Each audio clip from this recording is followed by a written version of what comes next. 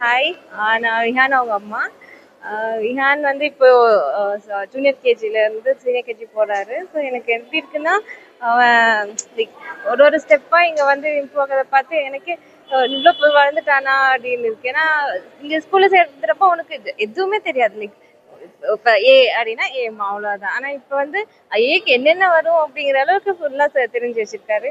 மெயினாக மேம் அவங்களுக்கு எல்லாத்துக்கும் சொல்லி ஆகணும். ஏன்னா நான் வந்து அவ்வளோ ஒன்றும் கேர் எடுத்து அவனுக்கு சொல்லி கொடுக்குறது இல்லை. ஆனால் அவங்க ஒவ்வொரு எஃபர்ட்டும் போடுறது, ஆக்டிவிட்டிஸ் மெயினாக பண்ண வைக்கிறது, அப்புறம் டான்ஸ் எல்லாம் நான் அவன் ஆடி வீட்டில் ஆடி பார்த்ததில்ல. ஆனால் ஸ்கூலில் அவ்வளோ சூப்பராக பெர்ஃபார்ம் பண்ணுறான்னா வீட்டில் எல்லாருக்கும் ஆச்சரியம், நீ இவ்வளோ நல்லா டான்ஸ் பெர்ஃபார்ம் பண்ணுவானா அப்படின்ட்டு. அப்புறம் இப்படி இந்த வருஷம்னா லைக் ஸ்டார்ட் பண்ணுறப்போ ரைட்டிங் ரொம்ப ஸ்லோவாக இருந்தான். எனக்கே அவனை ஹோம்ஒர்க் பண்ண வைக்கிறதுக்குள்ள ரொம்ப கஷ்டமாக இருக்கும். எப்படா ஒவ்வொரு நாளும் இப்படி இருக்குன்ட்டு. அப்புறம் ஒரு 2-3 மந்த்ஸ் தான். அதுக்கப்புறம் ரொம்ப ஃபாஸ்ட் ஆயிட்டான். இப்போ என்ன கேட்பான், நீ முடிச்சிட்டேன் உன் ஒர்க்கை, நான் ஹோம்ஒர்க் முடிச்சிட்டேன் அப்படிங்கிற மாதிரி எனக்கு அவனுக்கு ஒரு காம்படிஷன் வந்துடும். ஸோ யார் ஃபர்ஸ்ட் முடிக்கிறது அந்த மாதிரிலாம். இப்போ அவன் சீக்கிரம் ஹோம்ஒர்க் முடிச்சிடறான், படிக்கிறது எல்லாமே கொஞ்சம் அவனே வாலண்டியரா பண்றான். அதெல்லாம் பார்க்குறப்போ லைக் இப்படி அவ்வளோ குட்டியா இருந்தா இப்படி இவ்வளோ அவனோட ஒர்க் அவனே பண்ணிக்கிறானாங்கிற அளவுக்கு ரொம்ப இம்ப்ரூவ் ஆயிட்டான்.